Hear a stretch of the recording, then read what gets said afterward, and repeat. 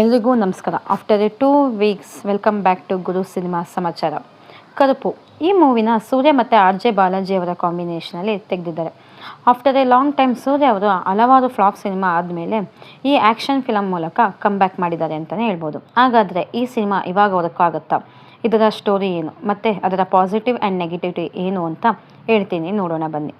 ಅದಕ್ಕಿಂತ ಮುಂಚೆ ಇನ್ನೂ ಯಾರೆಲ್ಲ ನಮ್ಮ ಚಾನಲ್ಗೆ ಸಬ್ಸ್ಕ್ರೈಬ್ ಆಗಿಲ್ಲ, ಗುರು ಸಿನಿಮಾ ಸಮಾಚಾರ ಚಾನಲ್ಗೆ ಸಬ್ಸ್ಕ್ರೈಬ್ ಆಗಿ, ಲೈಕ್ ಮಾಡಿ, ಕಮೆಂಟ್ ಮಾಡಿ, ನಿಮ್ಮ ಅನಿಸಿಕೆಯನ್ನು ತಿಳಿಸಿ ಅಂತ ಹೇಳ್ತಾ, ಒಂದು ಫಿಲಮ್ ಇನ್ಮೇಲೆ ಹೀರೋ ಹೀರೋಯಿನ್ ಎಷ್ಟು ಇಂಪಾರ್ಟೆಂಟೋ ವಿಲನ್ನು ಕೂಡ ಅಷ್ಟೇ ಇಂಪಾರ್ಟೆಂಟ್.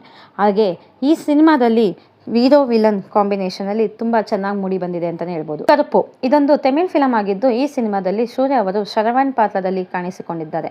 ಇವರ ಜೊತೆಗೆ ಬೇಬಿ ಕಣ್ಣನ್ ಪಾತ್ರದಲ್ಲಿ ವಿಲನ್ ಆದ RJ ಬಾಲಾಜಿ ಅವರು ಕಾಣಿಸಿಕೊಂಡಿದ್ದು, ಒಬ್ಬ ಅಸಹಾಯಕ ತಂದೆ ಕೇರಳದಿಂದ ಚೆನ್ನೈಗೆ ತನ್ನ ಅನಾರೋಗ್ಯ ಮಗಳನ್ನು ಕರ್ಕೊಂಡು ಹೋಗ್ತಿರ್ತಾನೆ.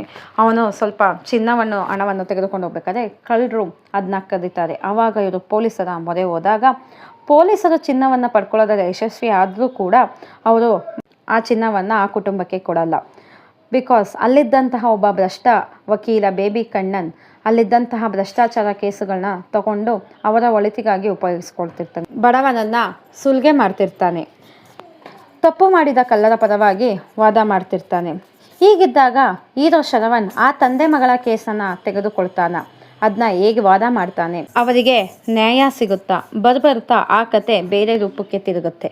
ಈ ಪ್ರೋಸೆಸ್ನಲ್ಲಿ ಸೂರ್ಯ ಅವರ ಬ್ಯಾಕ್ ಸ್ಟೋರಿ ಏನು, ವಕೀಲ ಆಗೋಕ್ಕೆ ಕಾರಣ ಏನು ಅನ್ನೋ ಸತ್ಯನ ನೀವು ಸಿನಿಮಾ ನೋಡಿನೇ ಥಿಯೇಟರ್ನಲ್ಲಿ ತಿಳ್ಕೊಬೇಕಾಗತ್ತೆ. ಇನ್ನು ಈ ಸಿನಿಮಾದ ಪಾಸಿಟಿವ್ ವಿಷಯಕ್ಕೆ ಬರೋದಾದ್ರೆ, ಈ ಸಿನಿಮಾದಲ್ಲಿ ತ್ರಿಷಾ ಅವರು ಸೂರ್ಯ ಅವರ ಜೊತೆ ನಾಯಕಿಯಾಗಿ ಕಾಣಿಸಿಕೊಂಡಿದ್ದು ಅವರ ಪಾತ್ರಕ್ಕೆ ಅನುಗುಣವಾಗಿ ನಟಿಸಿದ್ದಾರೆ. ಇನ್ನು ಈ ಸಿನಿಮಾದಲ್ಲಿ ತ್ರಿಷಾ ಅವರು ಸೂರ್ಯ ಅವರ ಜೊತೆ ನಾಯಕಿಯಾಗಿ ಕಾಣಿಸಿಕೊಂಡಿದ್ದು ಅವರ ಪಾತ್ರಕ್ಕೆ ಅನುಗುಣವಾಗಿ ನಟಿಸಿದ್ದಾರೆ. ಸೂರ್ಯ ಅವರು ಗಾಗಲ್ಸ್ ಅಲ್ಲಿ ಬ್ಲ್ಯಾಕ್ ಶರ್ಟಲ್ಲಿ ಪಕ್ಕಾ ಮಾಸ್ ಲುಕ್ಕಲ್ಲಿ ಫೈಟಿಂಗ್ ಸೀನಲ್ಲಿ ಕಾಣಿಸಿಕೊಂಡಿದ್ದು, ಸೂರ್ಯ ಅವರ ಈ ಸಿನಿಮಾದಲ್ಲಿ ಒನ್ ಮ್ಯಾನ್ ಆರ್ಮಿ ಅಂತಾನೆ ಹೇಳ್ಬೋದು. ಅದರಲ್ಲೂ ಒಂದಷ್ಟು ಸೀನ್ಸ್ನ ಫ್ಯಾನ್ಸ್ ಬೇಸ್ಗೋಸ್ಕರನೇ ಮಾಡಿದ್ದಾರೆ ಅಂತಲೇ ಹೇಳ್ಬೋದು. ಟೋಟಲ್ ಆಗಿ ಹೇಳೋದಾದರೆ ಇದೊಂದು ಪಕ್ಕ ಫ್ಯಾಮಿಲಿ ಎಂಟರ್ಟೈನ್ಮೆಂಟ್ ಸಿನಿಮಾ. ಮತ್ತು ಸೂರ್ಯ ಅವರ ಫ್ಯಾನ್ಸ್ ಯಾರಿದ್ದಾರೆ ಅದರಲ್ಲೂ ಮಾಸ್ ಲುಕ್ ಇಷ್ಟಪಡೋರಿಗಂತೂ ಇದೊಂದು ಫುಲ್ ಫ್ಯಾನ್ ಬೇಸ್ಡ್ ಸಿನಿಮಾ ಅಂತಲೇ ಹೇಳ್ತಾ ನನ್ನ ಈ ರಿವ್ಯೂವನ್ನು ಮುಗಿಸ್ತಿದ್ದೀನಿ. Thank you.